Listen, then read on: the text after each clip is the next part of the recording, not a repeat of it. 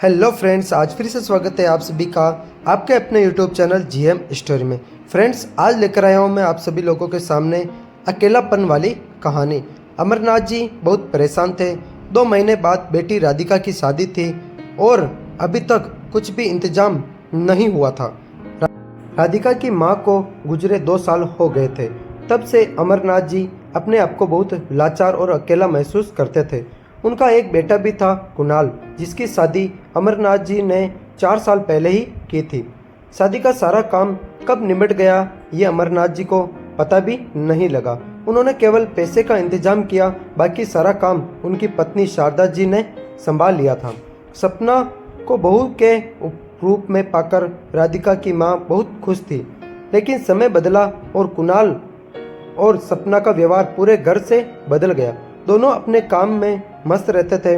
2 साल पहले कैंसर से जूझते हुए शारदा जी ने अंतिम सांस ली। उससे 2 दिन पहले उन्होंने अपने पति से कहा, देखो मैं अब जा रही हूँ, मुझे माफ़ कर देना, आपको अब आपका ध्यान खुद रखना होगा। बेटी की शादी की जिम्मेदारी आपके ऊपर है, बहू बेटे से ज़्यादा उम्मीद मत रखना। अमरनाथ जी बोले, शारदा तुम्हारे बगैर यह सब कैसे होगा? मुझे तो इस सब की कुछ समझ ही नहीं है। शारदा जी की आंखों से आंसू बह रहे थे, जैसे सब कुछ अधूरा छूटा जा रहा था। फिर उन्होंने जल्दी से अपने आंसू पोंछते हुए कहा, मैं कहीं नहीं जा रही हूँ, हमेशा तुम्हारे साथ रहूंगी और राधिका बिल्कुल मेरी परछाई है, वह सब कुछ संभाल लेगी। बहू पर ज़्यादा गुस्सा मत करना, बच्ची है, अभी धीरे धीरे सब समझ जाएगी। अमरनाथ जी की आंखों में आंसू रोके शारदा जी की सारी बातें सुन रहे थे, लेकिन उन्हें पता था कि अब उन्हें जीवन साथी के बगैर ही काटना पड़ेगा। आज शारदा जी को गए 2 साल हो गए। इस बीच जीवन में इतना कुछ बदल गया जिसकी उन्होंने कल्पना भी नहीं की थी। बेटे बहू ने किनारा कर लिया था, वे अब अलग फ्लैट में रहते थे। बेटी की शादी की चिंता में अमरनाथ जी बहुत कमज़ोर हो गए थे। वे जो दुकान चलाते थे वहाँ अब मॉल बन गया था, इसीलिए उन्हें घर बैठना पड़ा। अब कुछ और करने की हिम्मत उनमें नहीं थी। जो जीवन भर जोड़ा था उससे बेटियां की शादी करना चाहते थे। बेटी जॉब करती थी, उसी से घर खर्च चलाता जाता था। राधिका अपने पापा का बहुत ध्यान रखती थी, लेकिन वह काम में इतनी व्यस्त रहती थी कि उसे घर आकर भी ऑफिस का काम करना पड़ता था। इसीलिए दोनों टाइम का खाना नाश्ता अमरनाथ जी को ही बनाना पड़ता था। राधिका की शादी पक्की करके अमरनाथ जी को बहुत खुशी हो रही थी। वे घंटों अकेले शारदा जी की फोटो के सामने बैठकर उनसे बात करने की कोशिश करते रहते थे, अपनी खुशी बताते थे। साथ ही उन्हें यह दुख भी बताते थे कि बेटी के हाथ पीले करते ही वे अकेले रह जाएंगे। एक दिन अमरनाथ जी सुबह जल्दी ही घर से निकलने लगे तो राधिका ने टोका, पापा इतनी सुबह कहाँ जा रहे हो? नाश्ता भी नहीं किया आपने, रुको मैं नाश्ता बना देती हूँ। अमरनाथ जी बोले, बेटी आज तो संडे है, तू आराम से नाश्ता बना लेना, मुझे ज़रूरी काम है, तेरी शादी की तैयारियां करने ही जा रहा हूँ। आज तू नाश्ता और खाना बना लेना, दोपहर को मिलते हैं। अमरनाथ जी यह कहकर जल्दी से निकल गए। राधिका वापस सोने चली गई। अमरनाथ जी ऑटो से एक बिल्डिंग में पहुंच गए। वहां एक फ्लैट के सामने उन्होंने डोरबेल बजाई। सामने उनकी बहू सपना खड़ी थी। ओ पापा जी, आप यहाँ कैसे? आपको यहाँ का पता कैसे मिला? अमरनाथ जी खून का घूंट पीकर भी चुप रहे, क्योंकि उन्होंने शारदा जी को वचन दिया था कि अब वे बहू बेटे से कभी कुछ नहीं कहेंगे। सपना ने अंदर जाते हुए कहा, कुणाल तुम्हारे पापा आए हैं। कुणाल बाहर आया। अरे पापा आप अंदर आइए न, क्या बात है, सब ठीक तो है न? अमरनाथ जी उसके साथ अंदर आ गए। बेटा, राधिका का रिश्ता पक्का कर दिया है, शादी में अब सिर्फ 1 महीना बचा है। मैं चाहता हूँ कि तुम दोनों पहले से घर आकर सारा काम संभाल लो।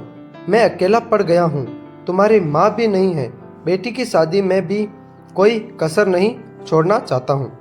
इससे पहले कि कुणाल कुछ बोलता, सपना बोली, देखिए पापा, हमसे कोई उम्मीद मत रखिए। मुझे पता है आप पैसों के लिए यहाँ आए हैं। इस फ्लैट को देखिए, इसकी ईएमआई में कुणाल की आधी सैलरी चली जाती है। अमरनाथ जी का दिल भर आया। मन किया कि अभी यहाँ से उठकर चले जाएं, लेकिन उन्होंने कहा, नहीं नहीं बहू, पैसों की जरूरत नहीं है, बस जिम्मेदारी उठाने की बात है। तुम दोनों आओगे तो घर भरा भरा लगेगा।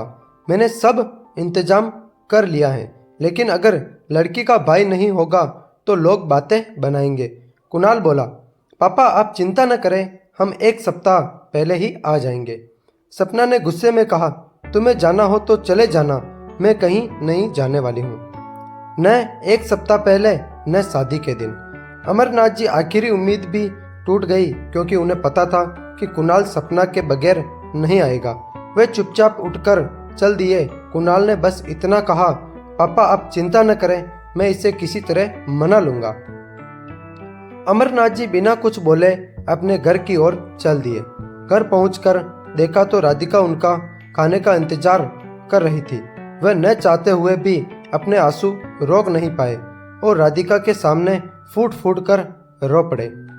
राधिका ने उन्हें ठंडास बंधाते हुए कहा, रहने दो पापा, भैया नहीं आते न सही, मैं सारा इंतजार कर लूंगी, आप चिंता न करें।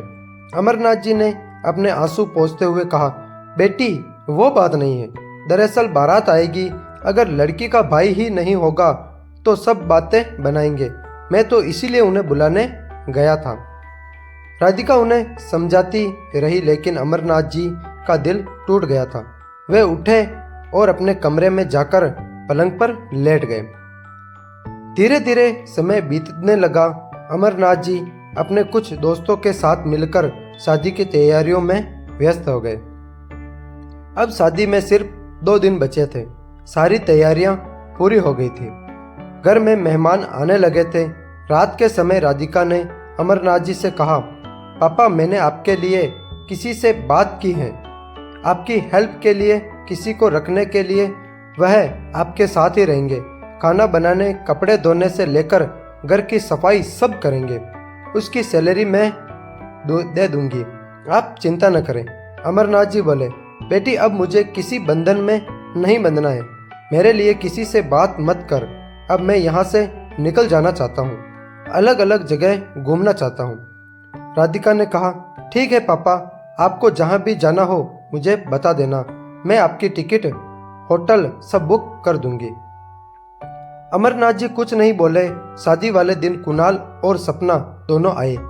अमरनाथ जी के पैर छुए तो उन्होंने फीकी मुस्कुराहट से उनका स्वागत किया। राधिका स्टेज पर बैठी थी। कुणाल और सपना उसके पास गए, फोटो खिंचवाया और खाना खाकर जाने लगे।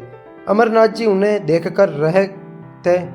कुणाल ने जेब से एक लिफाफा निकाला और लिखने वाले को देने लगा, तो अमरनाथ जी ने उसके कंधे पर हाथ रखकर कहा, बेटा इसे पैसे को अपने घर की ईएमआई के लिए संभाल कर रख, हमें इसकी कोई ज़रूरत नहीं है।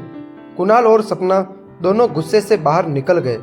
बेटी की विदाई होते ही अमरनाथ जी अपने आप को बहुत हल्का महसूस करने लगे। अगले दिन तक सारे मेहमानों भी विदा हो गए थे। शादी का सारा काम निमट गया था। अमरनाथ जी अब अकेले रह गए थे। एक दिन उनके दामाद राकेश और राधिका दोनों उनसे मिलने आए थे। राकेश ने कहा, पापा चलिए, अब आप हमारे साथ भी रह सकते हैं। अमरनाथ जी ने कहा, अरे नहीं बेटा, मैं बेटी के घर कैसे रह सकता हूँ। तब राकेश ने कहा, पापा हम यहाँ फ्लैट में रहते हैं और आपकी बेटी ने शादी से पहले शर्त रखी थी कि पापा हमारे साथ रहेंगे, तभी शादी होगी। राधिका बोली, पापा जरूरी नहीं है कि आप अकेले रहें, अगर आप अकेले रहेंगे तो मैं भी सुखी नहीं रह पाऊंगी। राकेश ने कहा, पापा हमें भी बड़ों का साथ चाहिए, आपको तो पता है मेरा परिवार गांव में रहता है, यहाँ एक ही शहर में आप अकेले रहे ये नहीं हो सकता।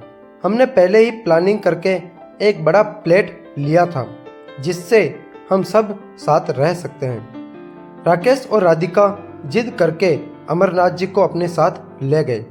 अमरनाथ जी सोच रहे थे, बेटे ने साथ छोड़ दिया और दामाद ने साथ दे दिया। क्या नियत है। आशा करता हूँ फ्रेंड्स ये वीडियो आपको अच्छा लगा होगा। अगर अच्छा लगा हो तो लाइक कमेंट शेयर जरूर कर देना।